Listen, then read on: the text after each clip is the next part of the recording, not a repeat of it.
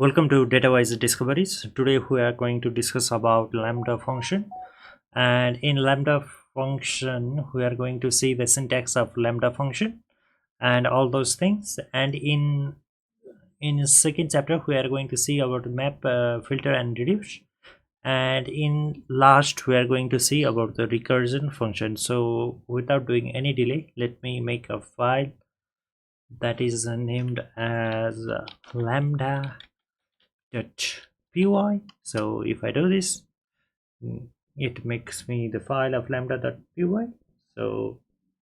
So first question we need to ask is, what is a lambda function, right?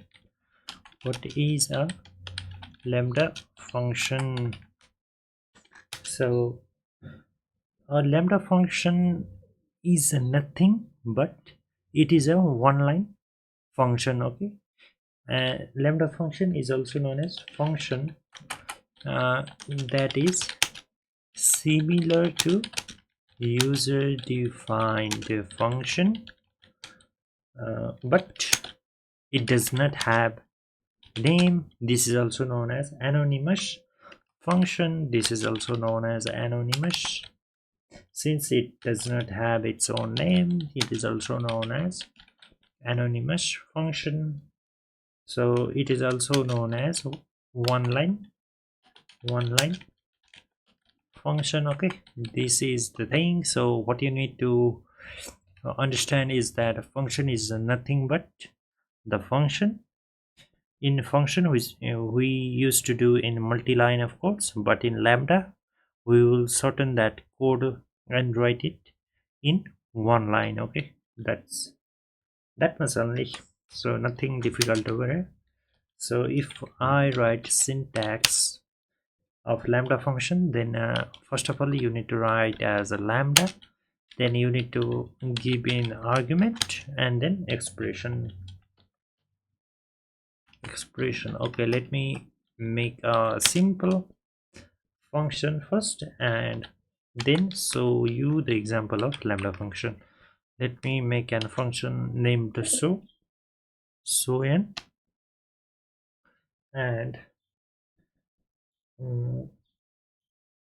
then we will just return n plus 7. We have also previously seen that to run this function we need to call that function by providing this argument. So let me provide 2, and since it is returning something we need to put it in, let me put that thing in one variable. Let me name it as bar and let me print that bar. Okay, so in order to run this program you need to go into this folder. I am already in that folder, so I just need to type python lambda.py. so if I run this, it is giving me 9 since 2 is passed to this n, and 2 plus 7 is 9, and it is returning to this variable. So I am printing that variable. It is going to print me 9.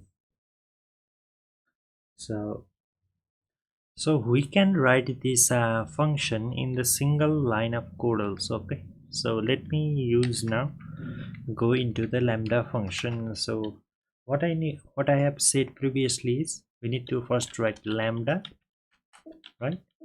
Lambda and then argument, and the argument over here is n, right? This is our argument, so n, and then expression is nothing but n plus 7, and we need to save this lambda function in some variable. Okay, so we need to pass it some variable, and in order to call this lambda function we need to give that variable name, and we need to pass that n, right? So if I pass 2 in this case also, the result should be 9. Okay, so the result is 9. So this much line of code is being reduced in this much. Okay, so that is the advantage of these lambda function. So let me go in further detail about this lambda function. So here in lambda function arguments can be more than one, but expression should be only one. Okay, should be single. Okay, so what it means is that, so you write lambda, right? Lambda, and then you give arguments, but arguments can be more than once, right? Argument 1, argument 2, but the expression is always single. There is no comma in expression. Okay, the expression is only a single term. Okay, let me give you an example first. Define, I write an function as so x comma y. So what we want to return is x plus y and divided by root 2 divided by 2.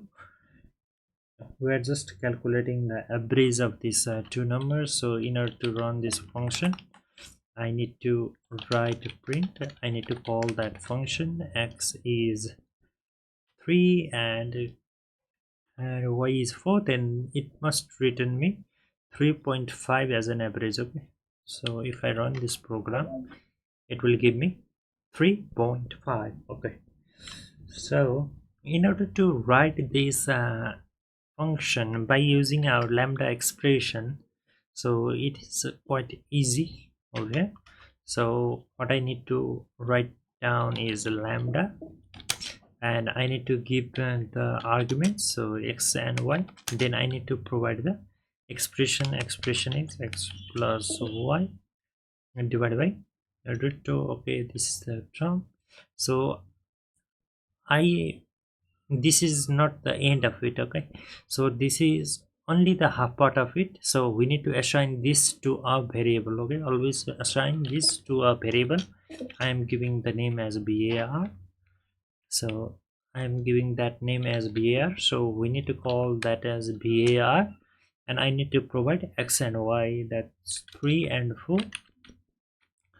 Let me print that value directly. Okay, so I'm printing that value directly. So if I do this, I should get the same answer. Okay, I'm getting 3.5 as my answer, as what I have expected. Okay, so you have to remember, you need to write the lambda function is like this, and you need to assign it to a variable. Okay, always remember, you should assign it to a variable, and the calling of that function is normal like that, this variable term, and you need to pass an arguments. Okay, 3 and 4, which will go into x and y. That's the case. That's too easy, right? So if you find it easy, so please don't forget to subscribe the channel. Okay, that will be the motivation for me. Okay, now let's move on to the next one. In the next one, let's first discuss about recursion. Okay, let me just discuss about recursion. Let me make a new file, recursion.py. So what is a recursion, right? If some function calls itself again and again, for again and again, for a repetitive, if there is some repetitiveness in that calling, then we call it as a recursion, right? Normally it occurs when the function needs to call itself. When it needs to call itself, and then that thing is called recursion. It is similar to that loop, right? So inside the loop, nested loop, right? If we have one loop at the top, and then we are again calling some loop in the inner part of that code, then it is also known as a nested loop. So this concept of recursion in Python is also similar to the loop concept in Python. Okay, let me go into example recursion. recursion recursion. So what is this recursion? Calling a function itself again and again to complete some task, right? To complete some task is known as recursion. Okay, let me give you the example of detail and add. Let me provide you print hello world. Okay, this is the case. Now I will call this detail function again by using n-1. Okay, so let me call detail only. Okay, so detail only, I will pass 1 over here. So in order to run this function we need to call that function, so detail. So if I provide, let me say I provided 0. Okay, so what it does is that, let me run this program and show you. Okay, uh, our file name is now recursion.py.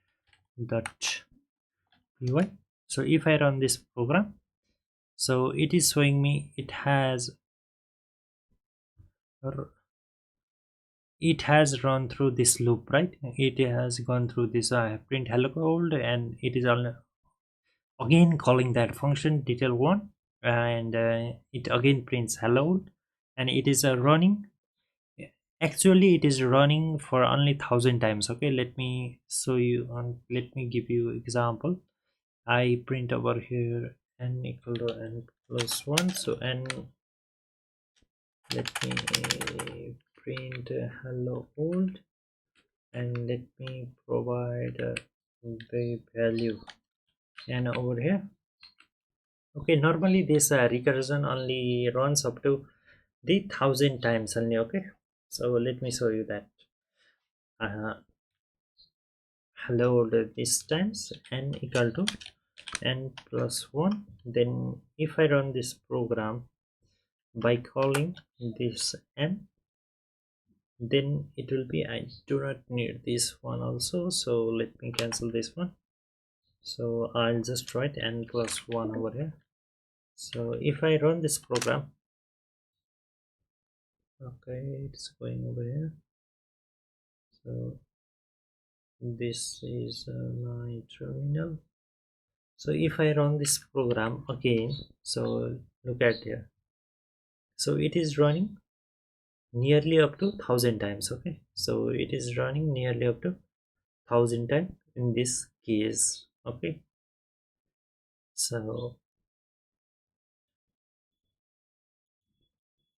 so in this case it is running up to 1,000, nearly up to 1,000 times. So in order to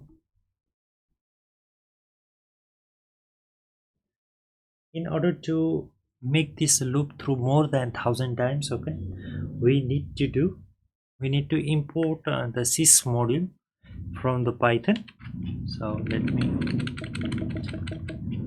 in order to run this recursion loop for more than 1,000 times, by default it will run only 1,000 times, but if I import sys, and then I can change the value of that recursion loop, or the loop or recursion limit. Okay, so sys dot set recursion limit, I'll do up to 400. Okay, I'll look through 400. So if I do print sys and dot get recursion limit, then I should get 4,000 times. So I'm getting 400 times. Okay, so let me go through this example again. So let me define a function which is known as a detail and and if n is equal to 10, and this way will say this as a written, so get out of this function. So print hello old comma n. So this is the case, so we are going to call the function inside the function. So detail n plus 1, so we are calling this function, it will run up to only 10 times. Okay, we are setting this base condition. This is also known as base case, or it is also known as stop condition. Okay, this is known as stop condition. So if I run this program now, it must print me hello world 10 times. Okay, detail, if I pass in 0, then it will give me hello Sipalai up to 10 times. Okay, since it is starting from 0, it is going up to 9, so it is running 10 times. So basically this recursion function is used in calculating the factorial. So I hope you know something about factorial. Okay, so in calculating the uh, factorial number, we are going to calculate the factorial of n, right? N may be anything, fact n, and if n is equal to 1, if n is equal to 1, then return, it will return you as 1. Okay, so 1 factorial is always 1, so it will return you as 1. And if you have,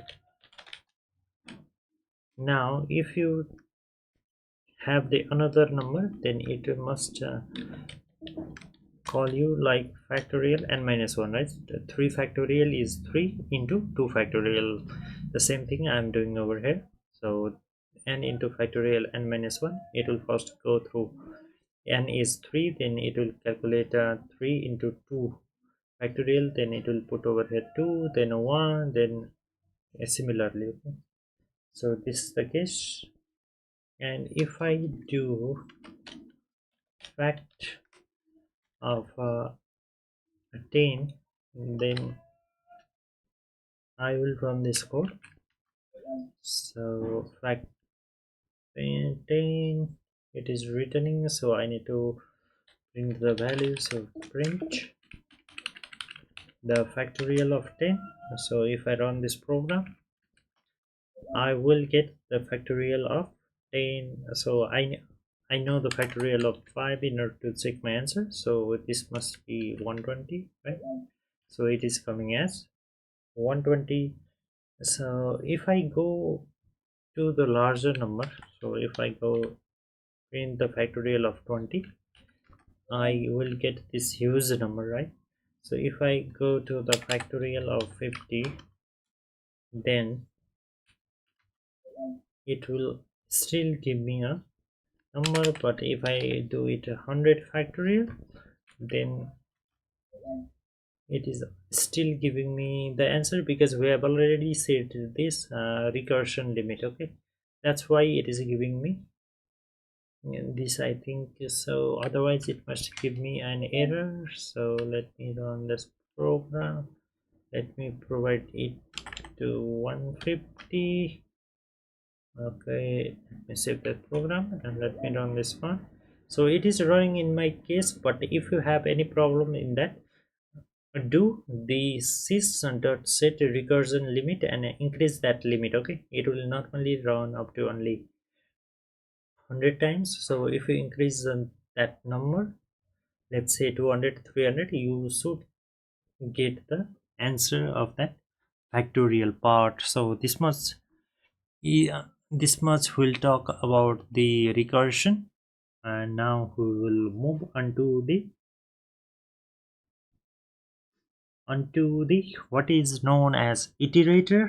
So iterator is something which has a fixed length, right, which contains countable number or values. So we'll discuss about map, filter, and reduce in this video. Okay, let me write map, reduce, and filter dot py. Mm. So in discussing, we need to know about what is known as iterator, uh, object list. It is an object list, right, that contain countable number or values. So there are three built-in functions. Okay, so there are three top built-in functions. These three functions are known as map, second one is reduce, and the third one is filter. Okay, so we will now discuss about the map function. It is a map function. So what is a map function? Okay, first of all we'll discuss about the map. It is a built-in function that executes specific function. Okay, we'll see by example what is this, what this mean. Okay, so we will write a function name as so, and we will provide the input as n.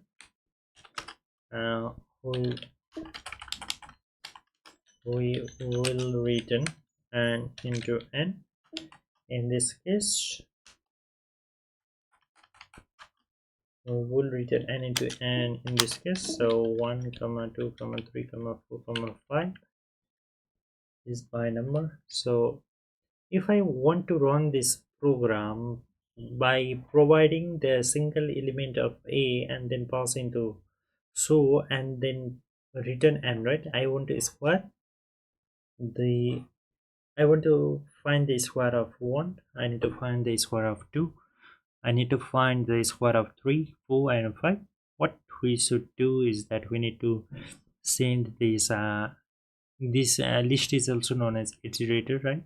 So we need to send this iterator to this function, and that thing is done by this map. Okay, this sends and this element of 1 to this so function, and then calculator returns the square of that number, and it does similarly. Okay, so how we can do this is we need to provide it in a variable. So map, we need to provide a so, and we need to give the name of the iterator. Okay, so we need to provide a iterator over here. So if I want to run this variable, then I need to, so if I print only bar, then it must show what it is printing. So let me clear this screen first. Let me go to the next program, map reduce filter dot py. So if I run this, it is giving me the map object, right?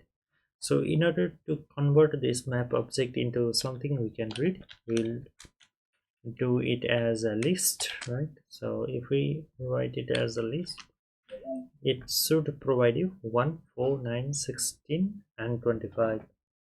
Okay, so I can write this function in a single line of code also. Okay, so I'll show you the example of a lambda function also. So let me give the name of variable as bar. So I will write a map. So is was our function, right? We are calling that function without the parenthesis. Okay, so you need to be careful over here also. We are not calling the function by using parenthesis. Okay, so we are just calling the function by using only the name of that function only. So now I'm going to do I'm going to use a lambda function in place of this. So okay, So I need to write down the lambda first. lambda lambda first. I need to provide an argument, so let that argument be x.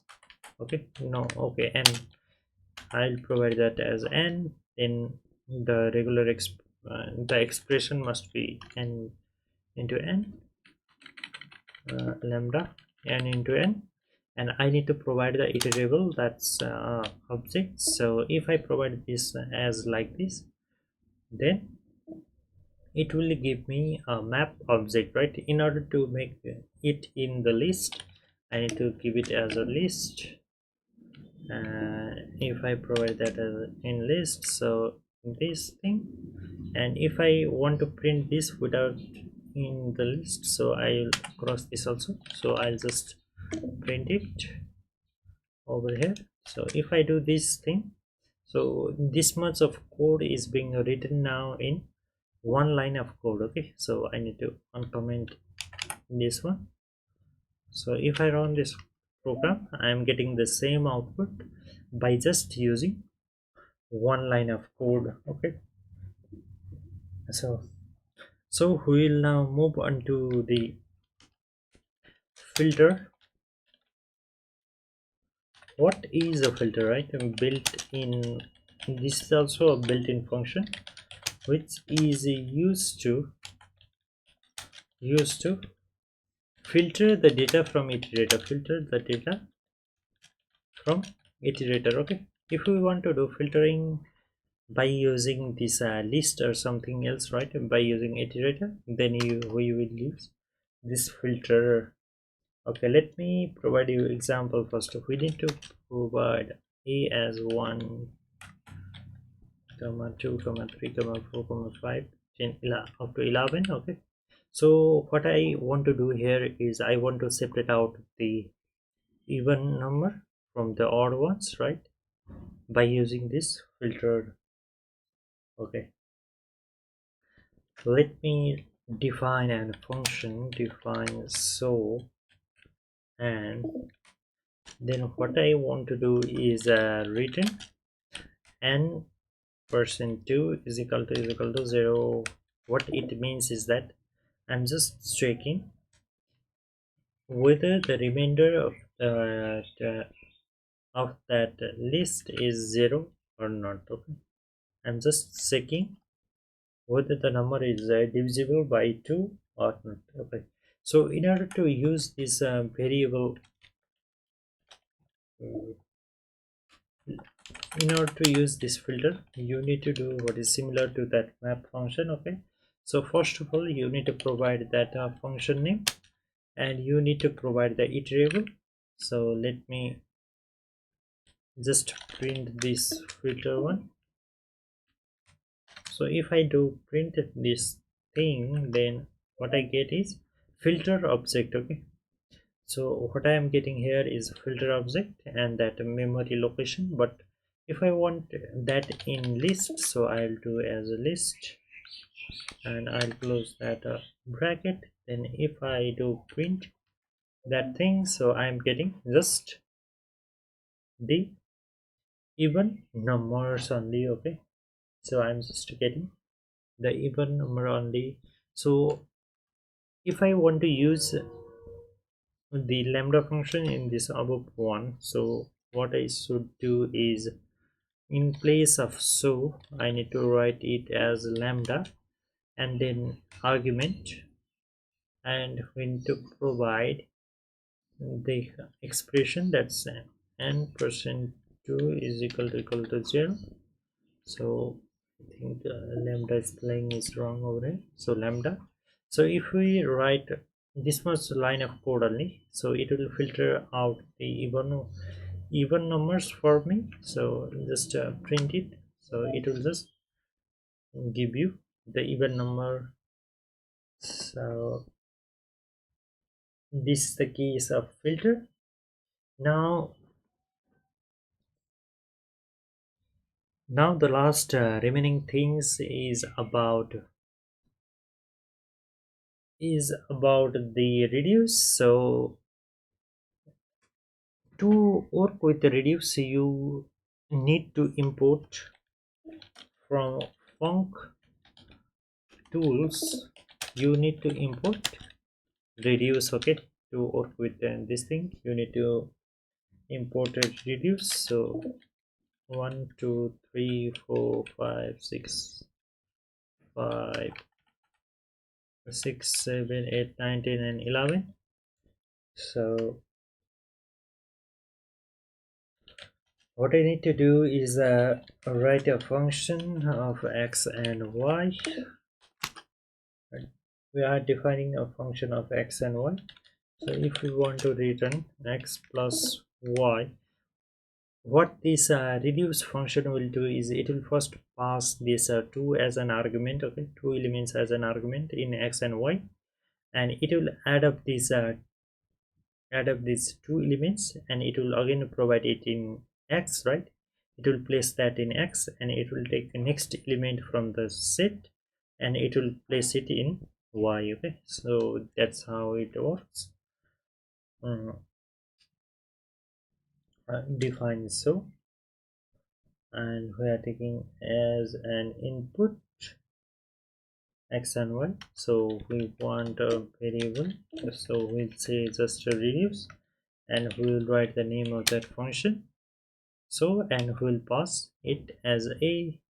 So you should not provide any list or anything or other things in this reduce. Okay, reduce is nothing but it will just there are so many numbers, right? It will just reduce into just one numbers, right? It will just in this case it will just add all the elements of this list and provide you just one number. So you don't need anything in the case of this reduce. So if I run this one, so I'm not doing anything with this bar, so I need to print bar. So I'll get the sum of these all elements. So the sum of this element is 66. So up to 10 it is 55, right? Up to 10 it will come as 55, and then beyond that 11 is coming as 56. So this is the answer for our problem. So that's it for today. So thanks for watching this video up to now. So in the next chapter I think we are going to discuss about generators, but let me see what is going to be the next one. So have a nice day and cheers.